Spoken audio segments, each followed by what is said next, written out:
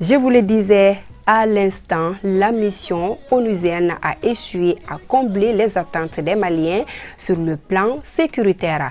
Pourtant, elle dispose d'un effectif de plus de 15 000 hommes composés de forces de défense et de sécurité. C'est là, malgré les multiples résolutions prises par le Conseil de sécurité de l'ONU pour adapter les missions de la MINUSMA aux réalités du terrain. En disant que des civils tués, la population continue de garder les souvenirs cauchemardesques des cas survenus dans certaines localités comme Kolongo, Ogosago et Soubanda. Dans ce journal, la réaction fait un rappel historique de la présence des forces onusiennes qui défraient aujourd'hui la chronique. C'est avec Abdoulaye Sako.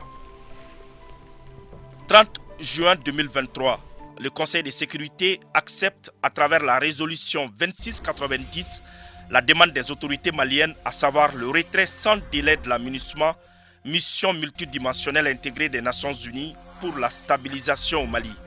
Pourtant, il y a 10 ans de cela, exactement le 1er juillet 2013, quand l'autorité de la mission internationale de soutien au Mali sous conduite africaine MISMA était transférée à la MINUSMA, l'espoir renaissait chez les Maliens, car notre pays pouvait désormais compter sur une force multidimensionnelle intégrée pour l'aider dans la sécurisation de son territoire et la protection de ses populations.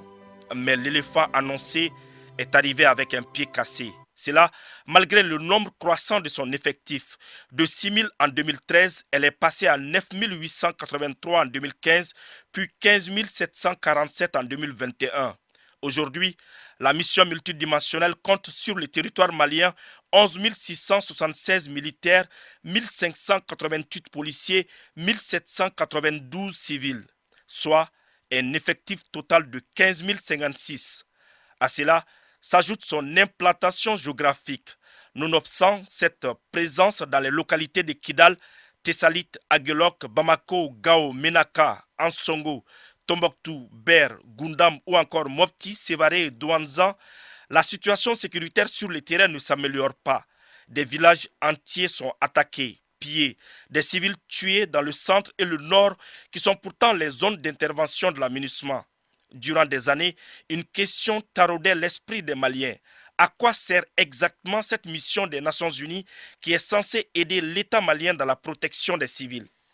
De 2013 à nos jours, plus d'une dizaine de résolutions ont été prises pour permettre à la MINUSMA de répondre à l'attente des Maliens. Mais aucune de ces dispositions ne résolvait l'équation sécuritaire malienne. Si pour les populations, le départ est un soulagement, les autorités de la transition dressent un bilan négatif de la présence de la mission sur le territoire durant les 10 ans. MINUSMA, Mali, le divorce est consommé.